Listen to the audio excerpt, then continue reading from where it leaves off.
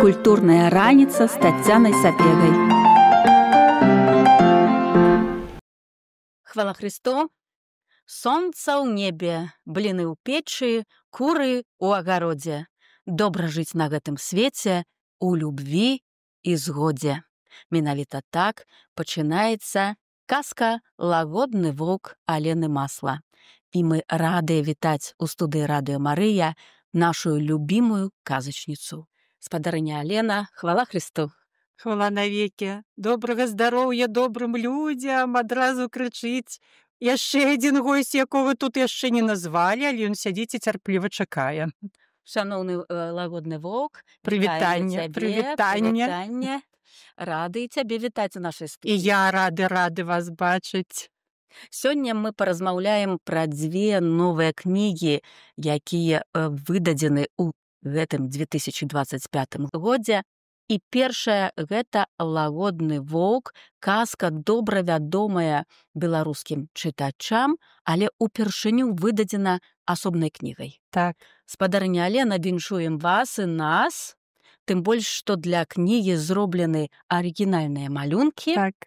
Раскажыце, калі ласка, гісторыю гэтай казкі, калі яна была створана, чым натхнёная і калі ўпершыню надрукавана.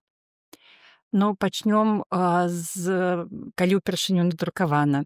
Гэтая казка выйшла ў зборніку «Таямніцы закінутай хаты», выдадзены ў 2005 годзе. Выдавала мастацкая літаратура, пасля «Таямніцы» перавыдавалася, то бок цалкам зборнік. І вось сапраўды такая падзея «Лагодны воўк» стаўся апошняй асобнай кніжкай.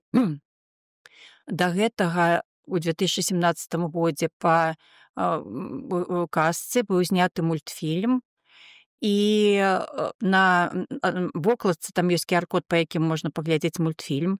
Да чаго я гэта яшчэ хачу сказаць не проста, але што запрошаныя былі мастакі, якія малявалі мультфільм, і яны стваралі ілюстрацыі да казкі «Лагодны воўк».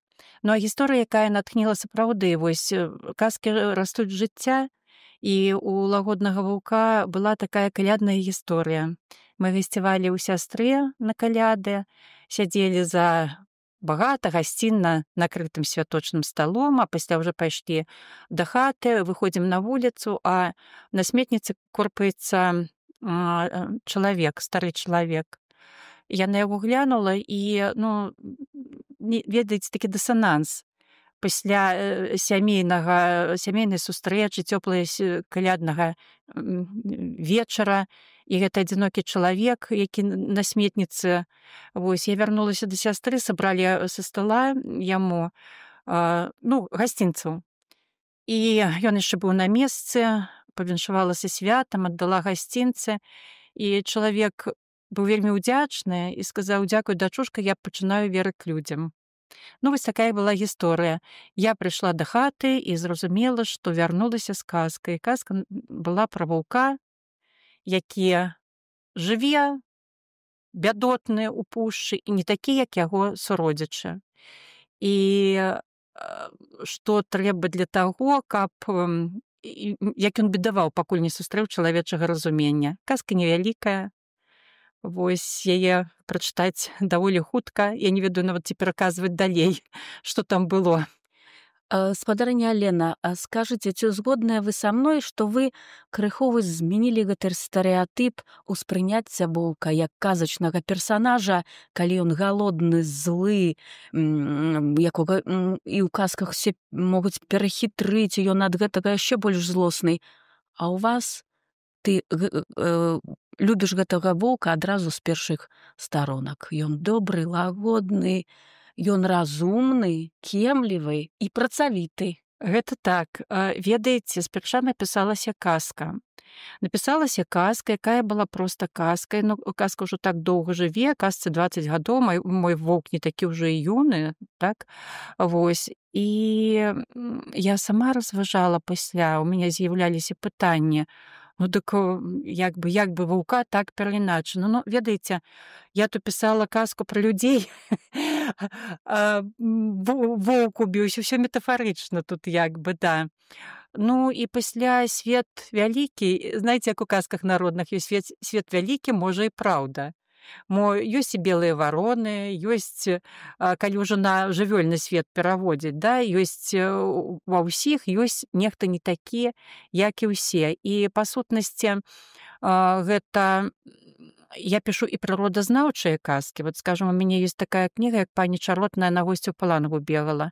Яе насяляюць жыхары чырвонай кнігі, героі кнігі пра пані Чаротную, это, конечно, казачныя героі, але тое, дзе яны жывуць, як яны дзейнічаюць, адпавядаюць таму, як яны паводзяцца ў прыродзе. Гэта прыродазнаўчая казка, а тут проста казка.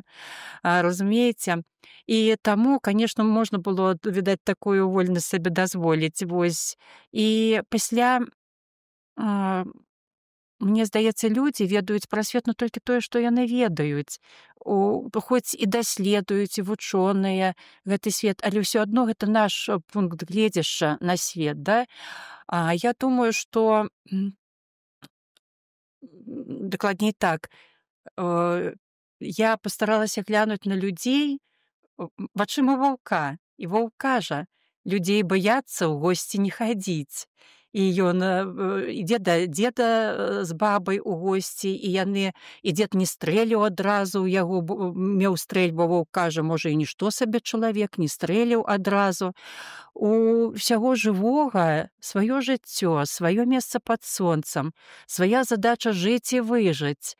І чалавек, як бы, ну, я не ведаю, канешне, пры адпаведных паводзінах, пры адпаведным, так сказаць, адпаведнасці свайго прызначэння ён чалавек. А так людзі па-рознаму паводзяцца ў прыродзе. І вось як бы спроба з боку іншага глянуць на нас, магчыма, і так можна пра майго ваўка паразважаць.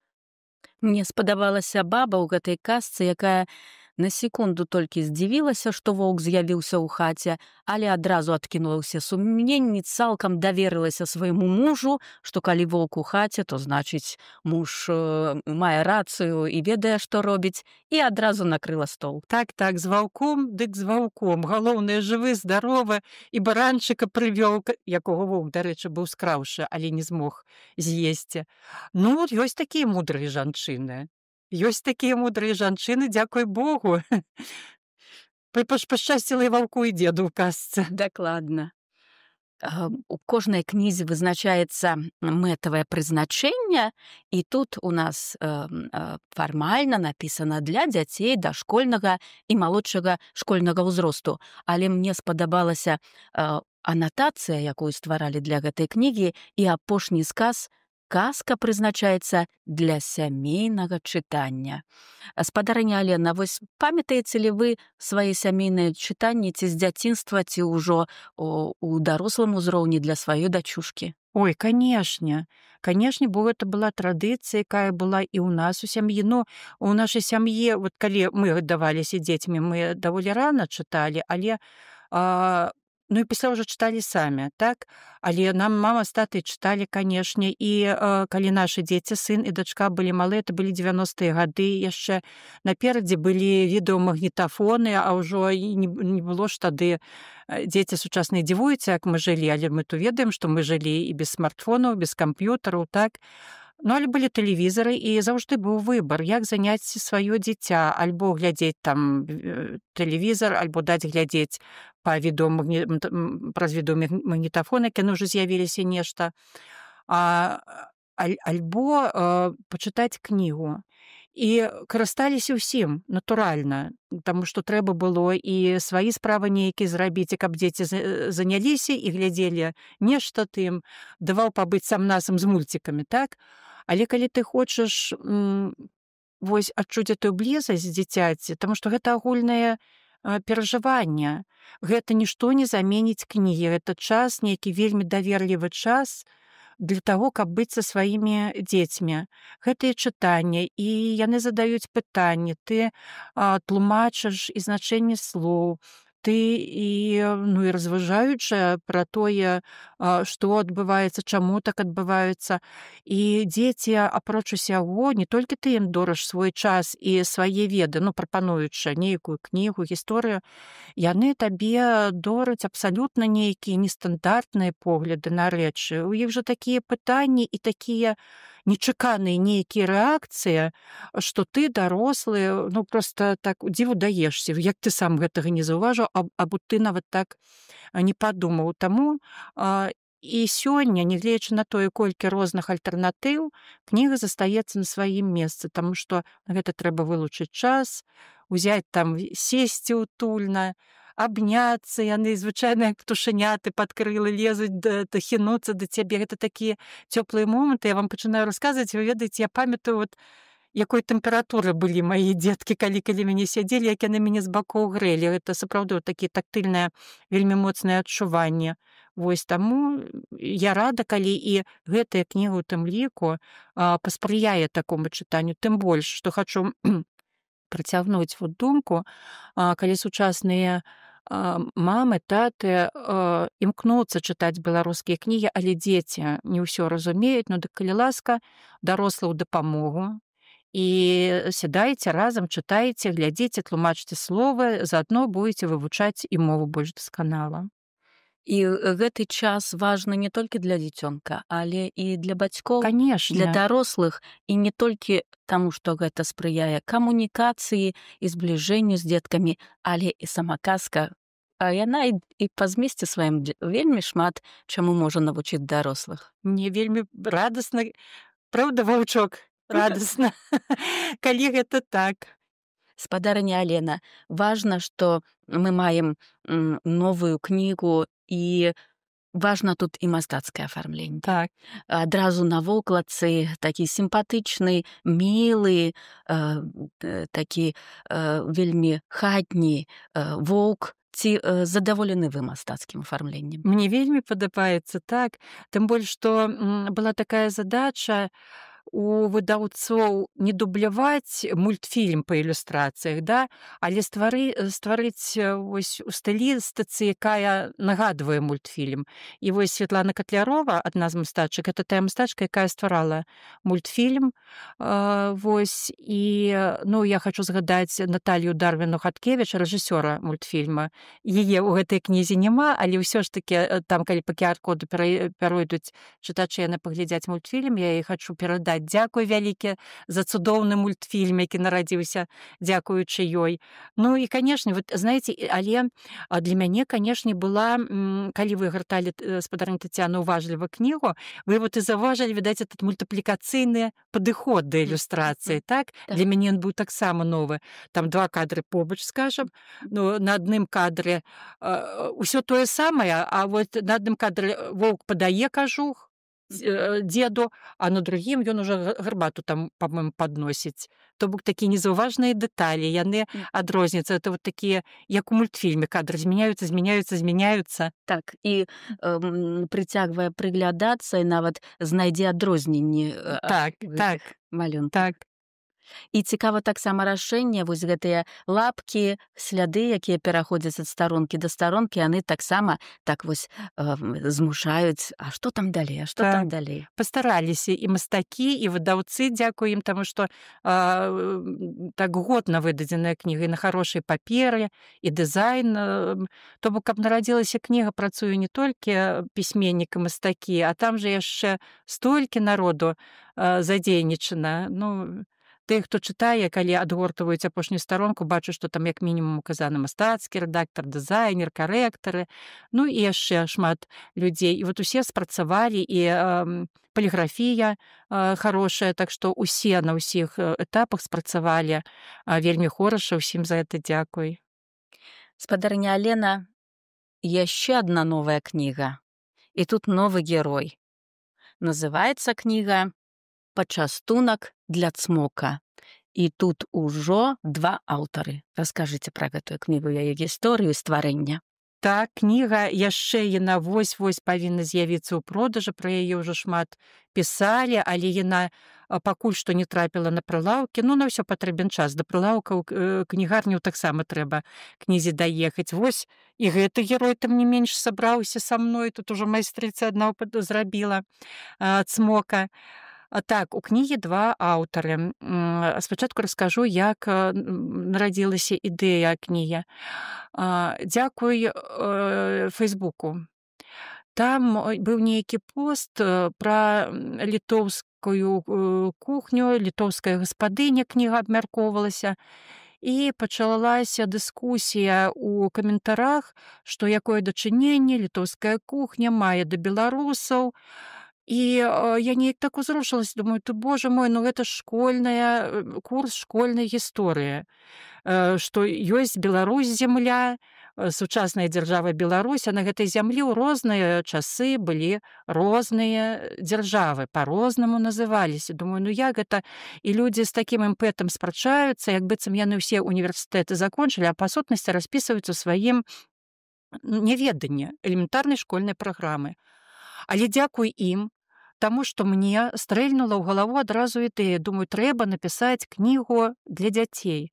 Звычайна, калі пішаш для дзяцей, ну, ты стараешся для дзяцей, каб яны разумелі, напісаць это задача не з лёгкіх, але калі дзеці разумеюць, дык дарослыя ўжо пагатоў зразумеюць. Што напісаць? Ну і так пачалі прарывацца у свядомасць, а тады на старонкі прыдумаўся такі сюжэт, што з 19 стагоддзя з кухні пана Радзівіла да нас у сучаснасць, вось проста ў наш дзень. Гэта быў пачатак 20-го года, яшчэ дакавідная пара. На пачатку зімы трапілі нейкім чынам кухцікі з кухні пана Радзівіла. Вось, і што яны тут павінны рабіць? З'явілася ідэя, ім жа ўсё адно захочацца вярнуцца дадому, таму што як бы тут не было цікава ў сучаснасці, там дом, там мамкі, значыць, ім трэба вярнуцца да хаты. Якім чынам? Вось бронзавы войт, той, які стаіць ля ратушы, з ім можна пайсці пазнаёміцца кожнаму, ён павярнуў ключ у прасторы і сказаў Яніны Кунігунда, калі тут прыгатуеце 12 страў тых, якія гатуюцца ў вас, і калі навучыце сучасны люд гатаваць старасветскія стравы, тады зможаце трапіць і назад у свой час. Гэта ўсё бачыў прафесор Мяльдзіс, які чытаў кнігу пры вакне, жыў там насупраць ратушы. Ён выбег на двор і сустрэў гэтых Янюсю і Кунюсю, так завуць кухцікаў, і ўзяўся спрыяць ім. А як спрыяць? Трэба знайсці некага, хто дапаможа ім гатаваць гэтыя стравы, па-першае, но па-другое, як бы і даглядаць жа за імі трэба, дзяўчынкі. На шчасце, у прафесара Мяльдзіса была знаёмая пані Лора, этнографка, вядоўца, збіральніца рэцэптаў, старабеларускіх рэцэптаў.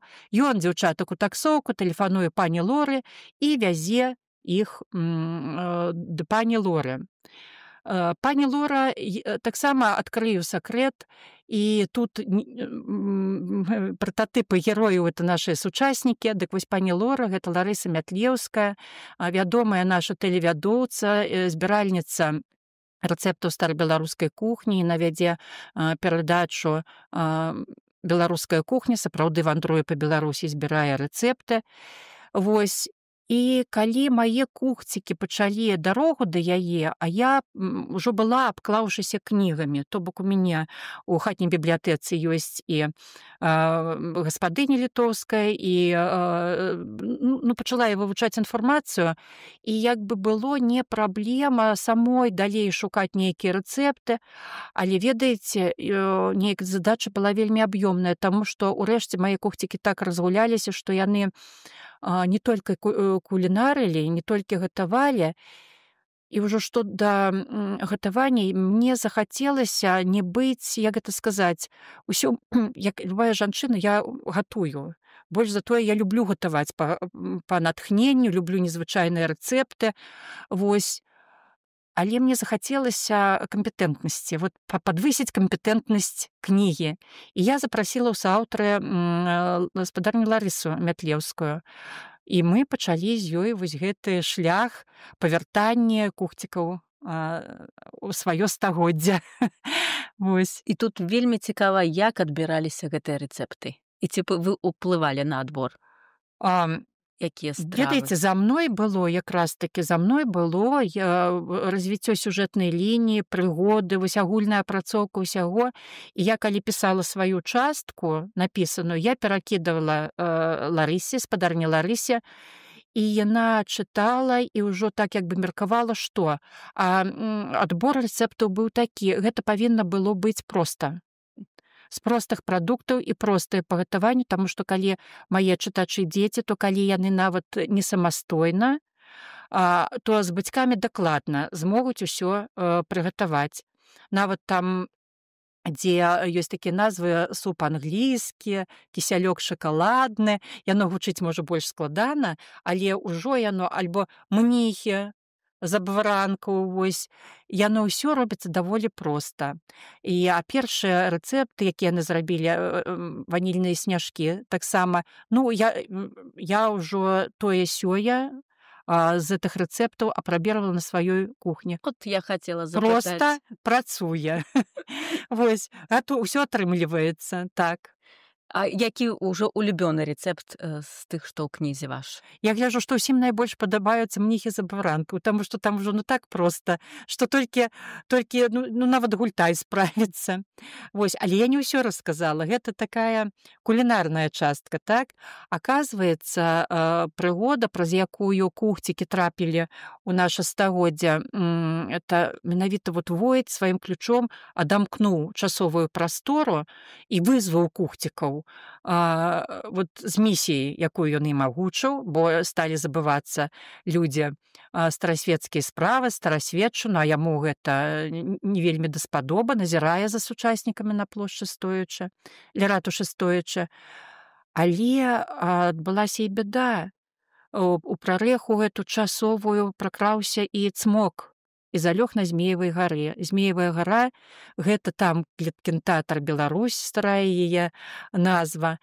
І вось у іх яшчэ з'явілася дадатковая задача неяк дапамагчы пазбавіцца і цмока. Яны ўзялі на сябе гэтую місію, і мае героі з'яўляецца ў кнізе яшчэ пан Яраш, экскурсавод, пані Мышковіч з музея Богдановича, і пан Мяльдзес, пані Лора, і яны ўсе думаюць над тым, як пазбавіцца цмока, бо гараджане разумеюць, што нешта там адбываецца ў сутарэннях, бо ён там з каналізацыйных люкаў іскры сыпле, трасецца, як землятрус, Мінск трасецца. Вось. Яны шукаюць рады, як даць рады цмоку. Мне вельмі пан Яраш экскурсавод па кнізе ў жыцці, і ён для дзяўчатак і наогул, калі яны разважаюць, як выправадзіць цмоку ў свой час, згадваецца гісторыя Мінска, ён расказвае яе. І мне падабаецца, што ў этой кнізе, калі вы пагартаеце, мяне мастачка падтрымала візуальна, і пакуль я кнігу пісала, я сама ўсё вывучыла. Вось тут намаляваны 7 узгоркаў, на якіх стаіць Мінск.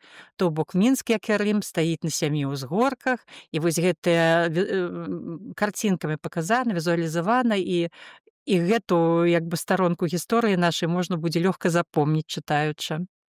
Цудоўная кніга, прыгодніцкая, якая захоплівае сваім зместам, але тут і гісторыя нашага горада Мінска, і нашы кулінарныя рэцэпты. І яшчэ, ведаеце, гісторыя сям'і Богдановичаў. Так сталася, што першыя, да каго пайшлі на госці кухцікі з пані Лорай, яна іх павяла, гэта музей Богдановича. Яна хацела пазнаёміць кухцікаў са сваёй сяброўкай пані Мышковіч. Чаму? Таму што пані Лора і прафесор Мяльдзес сталі паміж сабой перамаўляцца, і прафесор Мяльдзес, он жа вучоны чалавек, прафесор, ведае гісторыю, і ён патэлефанаваў пані Лоры і кажа: паслухайце, ці не дзед жа Богдановича быў кухарам, а раптам яны ў яго кухцікі. Кухцікі для слухачоў, я ўдакладню, гэта памочнікі шэфа на кухні, да? І высветлілася, што так, менавіта на тую пару, у якую адбылося гэта здарэнне, кухцікі апынуліся у сучаснасці. У іх на кухні гаспадараў кухар пан Ягор. Таму што іх кухар сталы захварэў, а гэтага з халопенічу выпісалі. І ён прыехаў з жонкай Анеляй і са сваёй і з бабцяй Розаляй.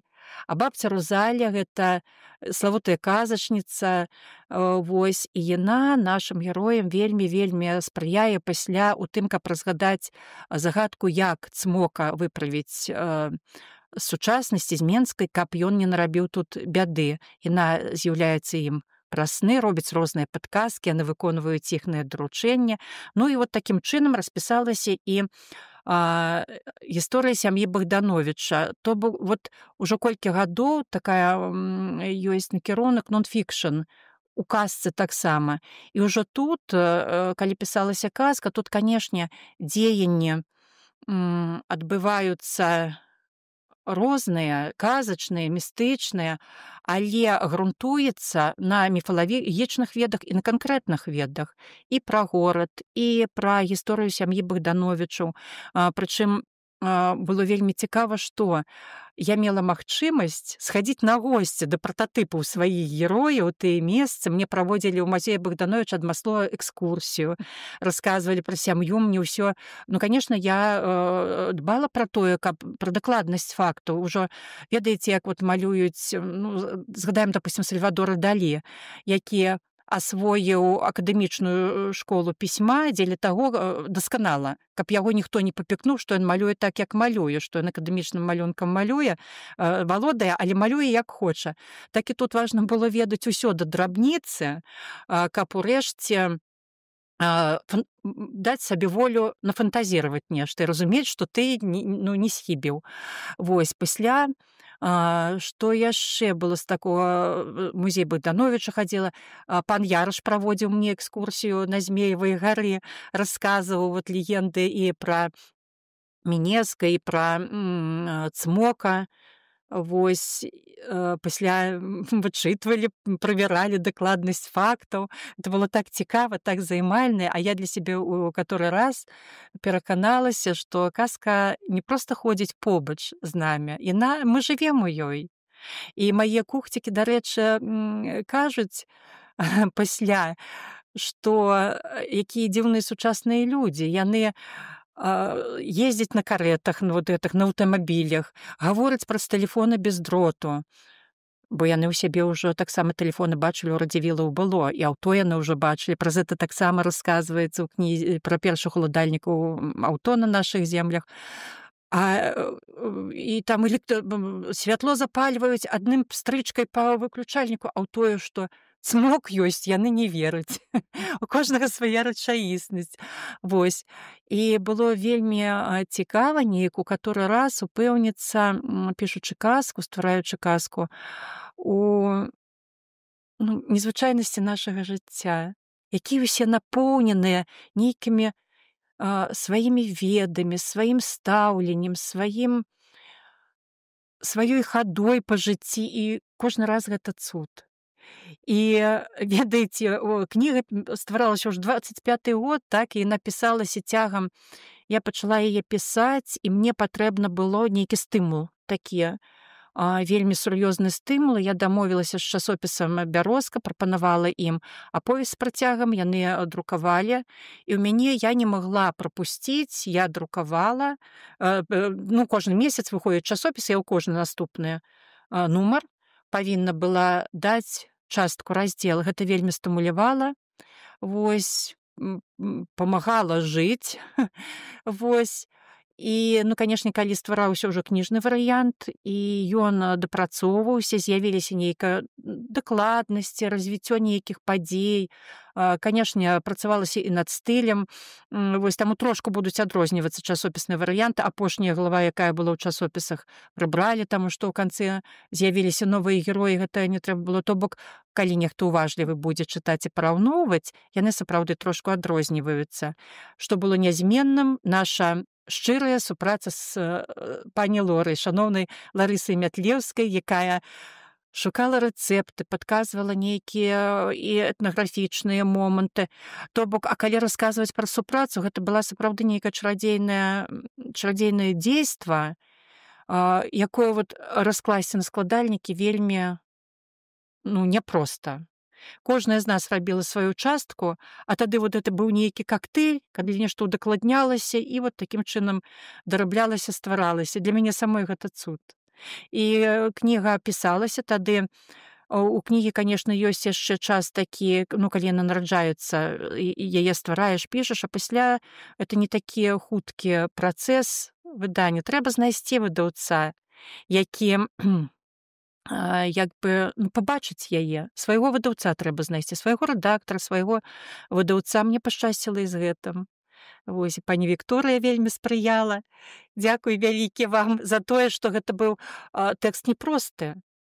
Я сама разумею, што ён не просты тэкст, і ведаючы і дзіцячую літаратуру нашу, я разумею, што ён это незвычайны тэкст, патрабуе і незвычайнага погляду на яго. Я вельмі ўдзячна тагачасным супрацоўнікам Бярозкі, якія таксама расчыталі тэкст, зразумелі ўсе гэта, адразу ўбачылі гэтых прататыпаў, пазналі пана Мяльдзеса. Дарэчы, калі пачала друкавацца гісторыя гэта у Бярозцы, Адам Восіпович Мальдзес быў жывы. І я першыя дзве гісторыі надрукавались, но я, кажучы па-руску, испытывала священный трепет. Мне было страшно. Думаю, Бог мой, загнала ў казку шаноўнага чалавека, так лёгка чытаецца, што пан Мяльдзес гэта пан Адам Восіпович Мальдзес. Я ўжо сама блытаюся як па сапраўднаму прозвішча. Вось, і я насмелілася перадаць яму, як было 2 ці 3 нумары пра сына Ярослава, я перадала яму часопісы. І сядзела, трэслася, як асінавы лісток, просто што ён мне скажа, таму што сапраўды, вось. І чаму прафесор Мальдзес? Ён жа адкрыў, падарыў сучаснікам, падарыў беларусам гаспадыню літоўскую, пераклаў, вось. І мне напісаў праз нейкі час Ярослаў, яго сын, што ухваляе. Больш за тое, ён мне перадаў у дарунак кнігу сваю з аўтографам. Так што вось такое благословенне маэстра, прафесара Адама Мальдзеса я маю. Ад гэтага мне пасмялела было, я ўжо так больш упэўнена працавала. Спадарыня Алена, мы пазнаёміліся з новымі кнігамі. Гэта лагодны воўк, які увайшоў ужо ў сэрцы беларускіх чытачоў. І гэта казка мела свой працяг, якая пасля была выкарыстана для стварэння мультфільма. І мы зычым таксама і кнізе «Пачастунак для цмока» такога шчаслівага шляху. І таксама працягу, бо вы калі расказвалі, я ўжо сабе уяўляла, як экскурсаводы водзяць па Мінску сямейныя экскурсіі па гэтай кнізе і абавязкова наведваюць музей Максіма Богдановича і заходзяць у нейкую кавярню, дзе прыгатаваны гэтыя стравы па кнізе. Як бы мне хацелася такога жыцця і лёсу ў кнізе. Будзем спадзявацца, але я таксама спадзяюся, у мяне ўжо у галаве чарга з герояў на нас, хацелось бы, каб быў працяг. Вось, таму што ёсць поле дзейнасці такое, ёсць дзе разгарнуцца. То зычым поспехаў, натхнення і працягу. Дзякуй вам вялікі. Дзякуй Радыё Марыі, дзякуй вам, спадарыня Таццяна. Дзякуй за ўсё. Дзякуй, з Богам. Культурная раніца з Таццянай Сапегай.